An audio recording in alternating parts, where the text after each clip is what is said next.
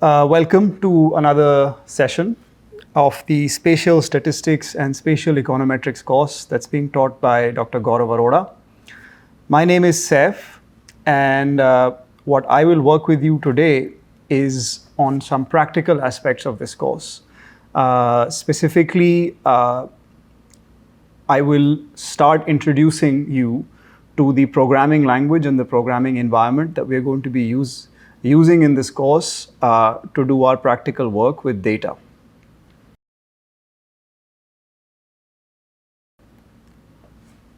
Basically, if we want to excel at spatial statistics, or if we want to excel at really any subject, we need two things.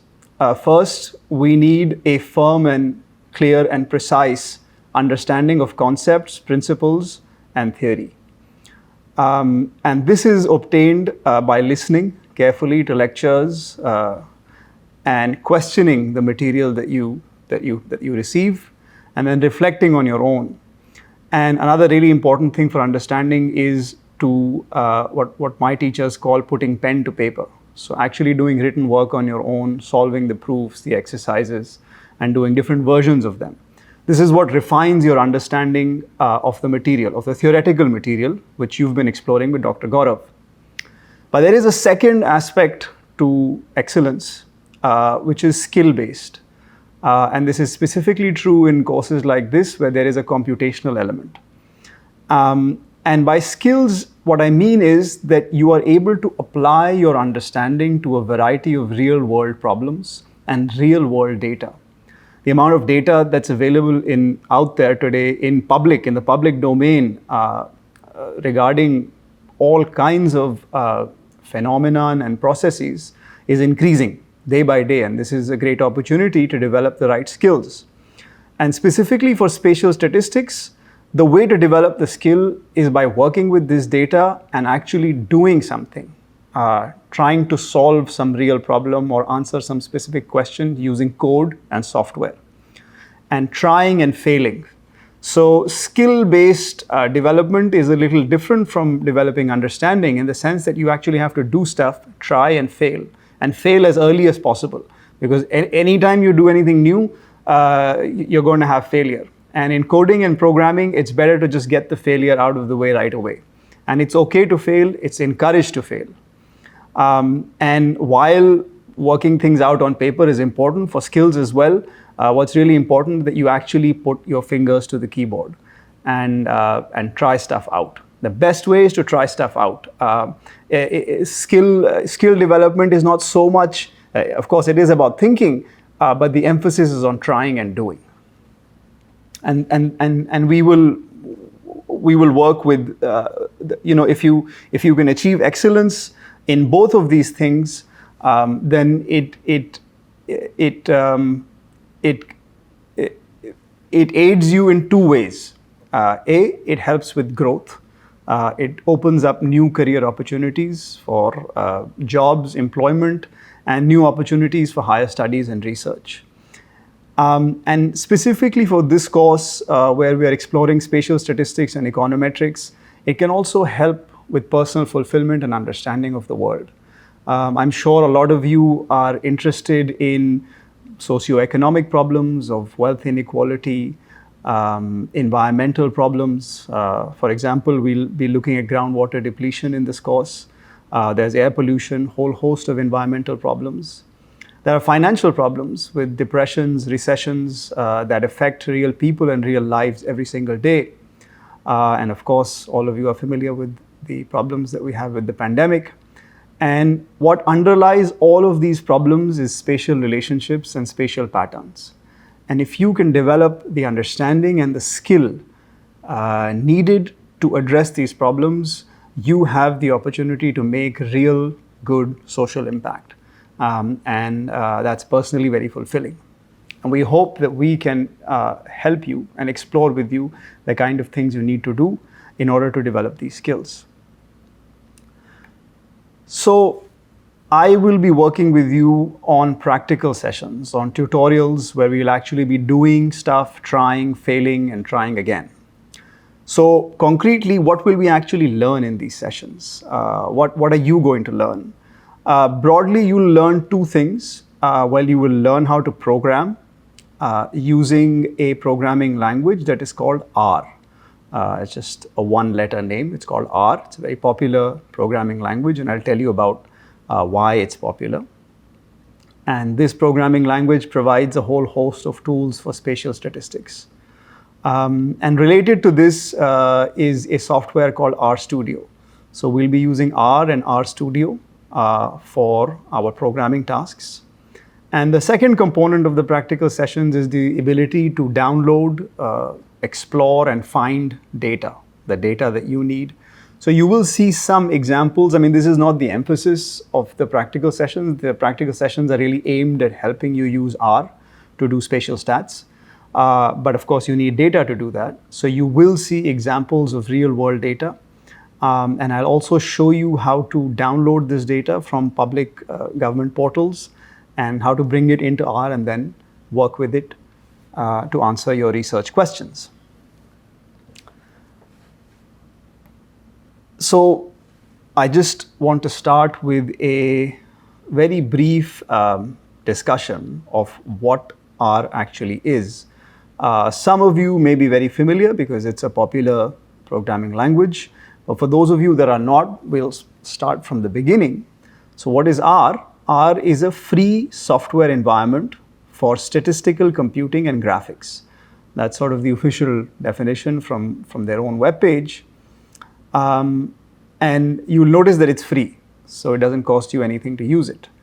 And it's a software environment, so it's actually a little more than just a programming language. It's a whole environment which includes a programming language, but it also includes other tools and features that you can use to accomplish your statistical computing and to do visualizations and plots.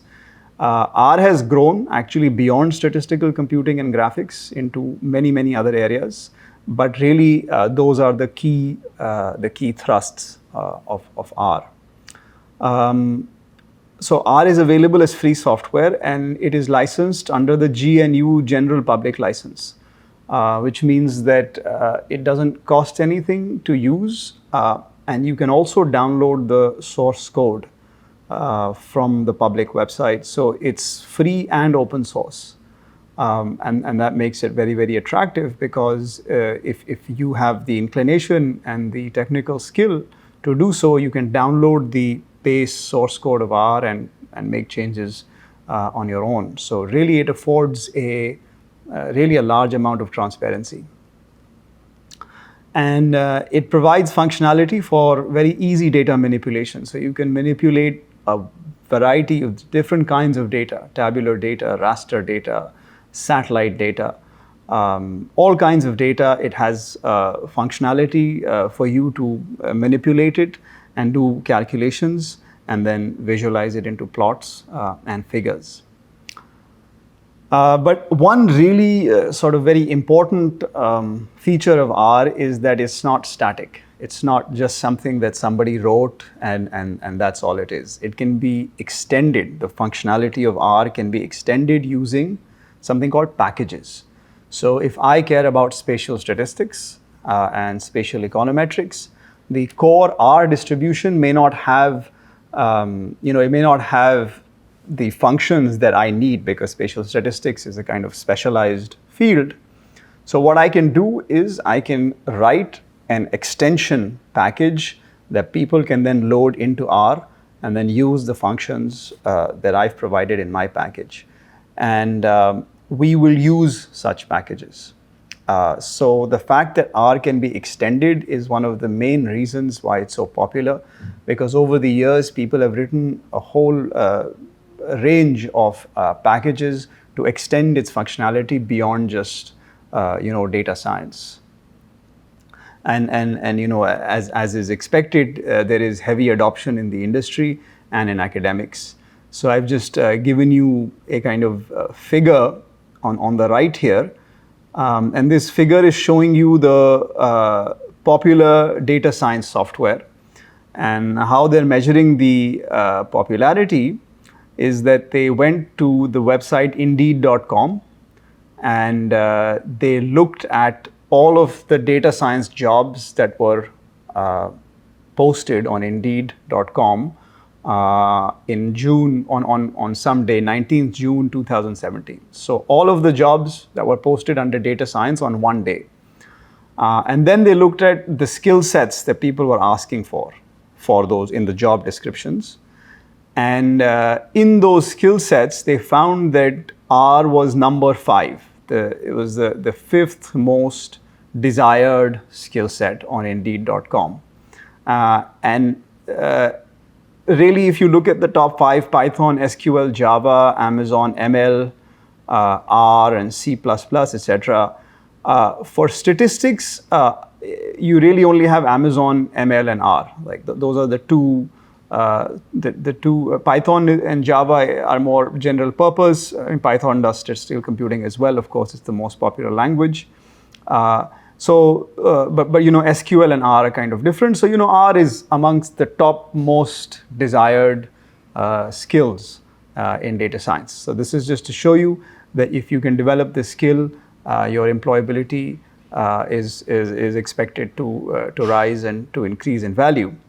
And this figure is also interesting because it shows you that this is the type of figure that you can make in R. You could have made this figure in R easily. So you could have gotten this data from Indeed.com, analyzed it, done some calculations, calculated the number of jobs asking for a particular skill set, and then graphed it out.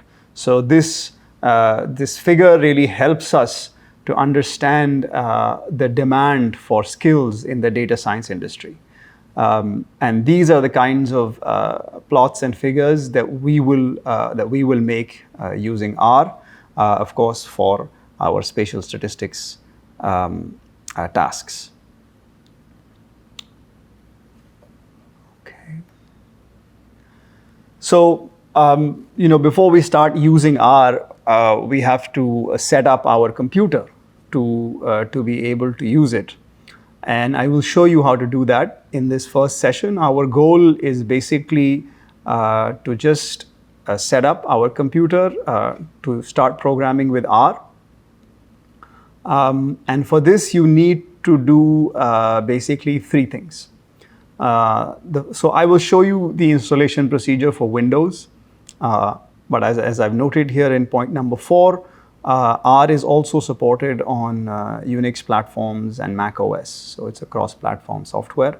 For practicality and constraints, I'm only showing you the installation for Windows. If you have another system, if you run a different operating system, you can find the installation notes on their website, and I've given the link here in point number 1.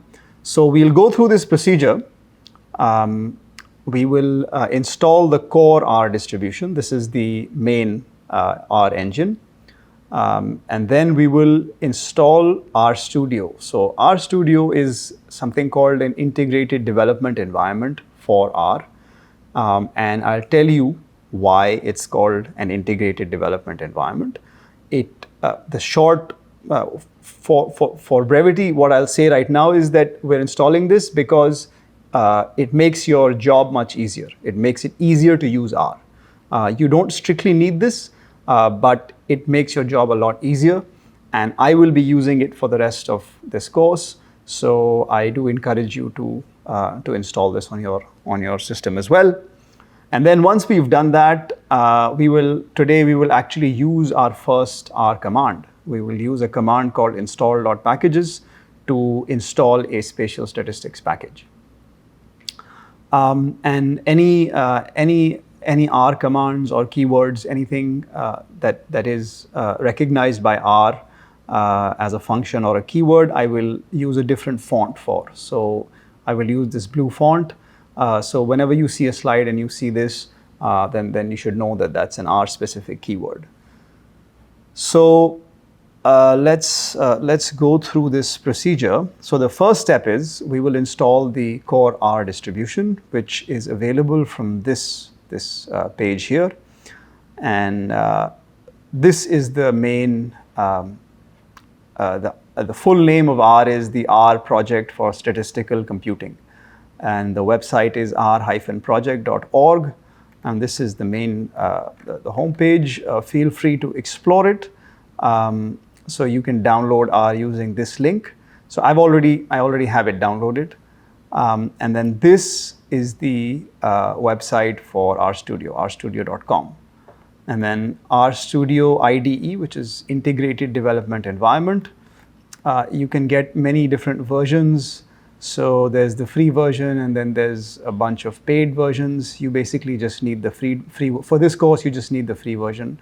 So go ahead and download this version. And once you've done this, you can pause right now, and then go and download these two pieces of software. And when you come back, you can continue. And for now, what I'll do is I'll show you how to install this. So I already have it downloaded. So go in this order. First, install R. So always note the version. So this is R version 4.2.0 for Windows. So just double click this.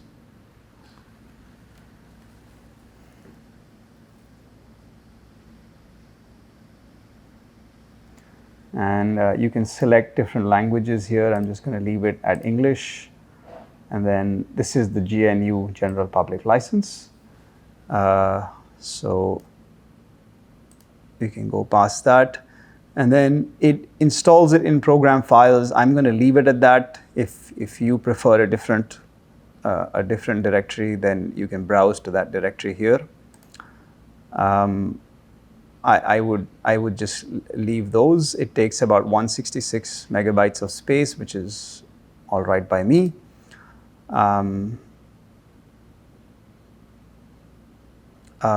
I'm just going to accept default startup options. And then, yeah, I would like a start menu folder. And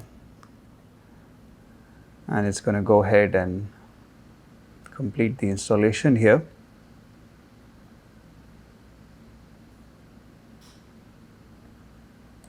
So if that worked out okay, we can see if we got a R.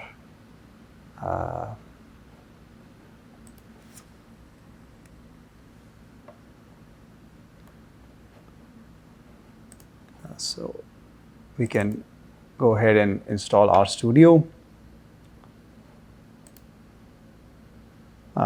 Also in program files. All right, go for it. So RStudio is a little bigger than R. It's more than twice the size, so it takes a while.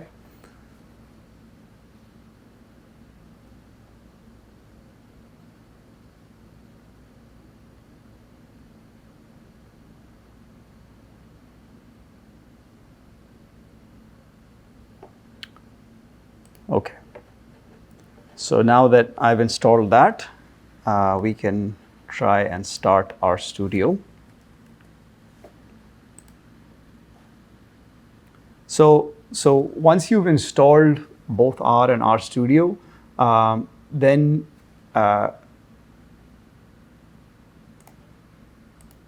what you will do is you will start RStudio. You're never going to go and start R by itself. So if you want to use R, you will open RStudio. And this is what RStudio looks like. And now what I want to do is just briefly talk about each part of this, this window. So like I said, RStudio is an integrated development environment. And what that means is that it integrates all of the components, software components that you need to do your R development. So this is the console window. So you can type an R command in here. So you can say something like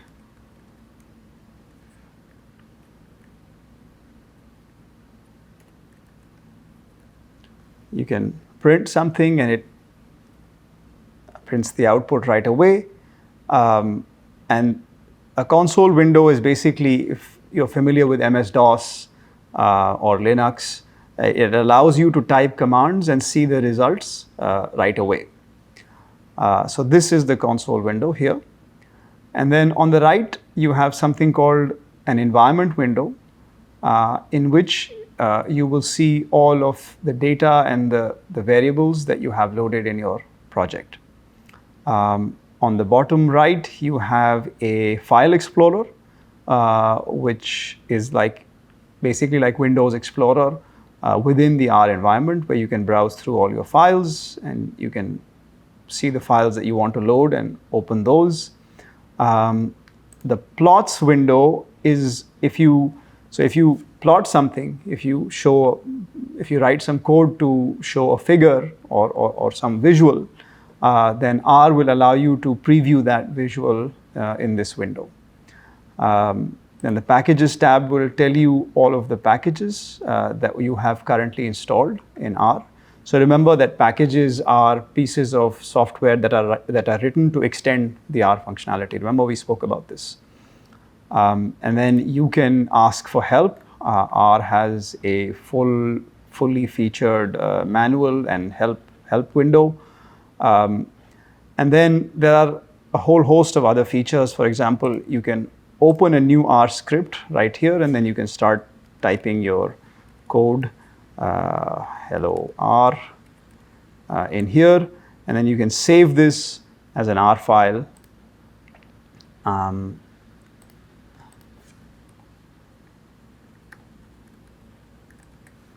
So when you save an R file, always save it as .r. Always use this .r extension. So you can save this, and then you can source it by pressing Control S, or you can use this menu here, the code menu. You can say source, right? And then you can see when you source it, it runs this command that you have written inside the file. So this allows you to write a series of commands or a function and save it as a file. And then it allows you to do that within RStudio. So this is your editor window where you can edit your R code. So we will revisit all of these features again. But this is just to show you that if you didn't have this, you would have to have separate software for each of these parts. So you would need a Notepad editor to edit your code. You would need to run a R console to write console commands. You would need to have Windows Explorer to see your files. You would need a separate plot viewer. But RStudio allows you to just put everything under one window and do all your tasks together. So that's why I highly recommend that you install this. So for the rest of this course, I'm going to assume that all of you have installed R as well as RStudio. So if we press Control L, we can clear the console. Now remember, now that we have R and RStudio, we want to actually do spatial statistics with R. So by default, there is no spatial statistics functionality that's part of R. Or if it's there, it's not enough. We really need something more. And there's a lot of packages that are available for spatial statistics. I'll just show you today how to install one of them. And the one that we want is called GStat. And so we're actually going to run an R command. So at the console, we will type the command install.packages. So it gives you, it prompts you. When you start typing, it gives you helpful prompts. So you can just select install packages. And within double quotes, you have to write the name of the package. And the name of the package that we want is GStat. So once you've written out your command, you can press enter. And it will try and download the package from the internet and then install it into your R environment.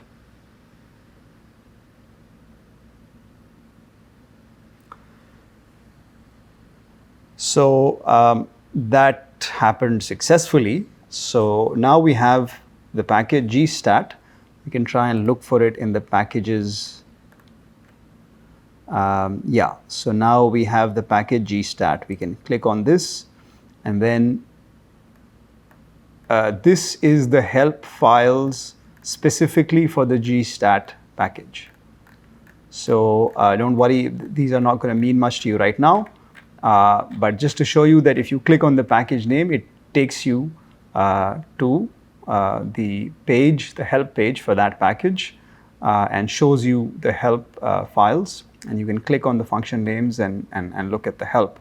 So we are running gstat package version 2.09. So it is important to be aware of versions because packages sometimes change from one version to the next. So if something breaks in your code, then you know that maybe it was a version change that did that. So once you install the gstat package, you have to load it, and you can do that by calling the library command, and then you can say library gstat. So now it's loaded into your R environment, and you can start using it. So I'm going to stop here for today and just go back to our summary. And so just to remind you of what we've done today, we've spoken briefly about the R programming language and software environment and what it's capable of and why it's so popular. We've set it up on our computer in a Windows environment by installing R, RStudio, and the gstat package. And we've learned very briefly about the different parts of the RStudio development environment. And after this, I'm assuming that you will be comfortable enough to actually start writing some code, which we will do next time. So see you next time.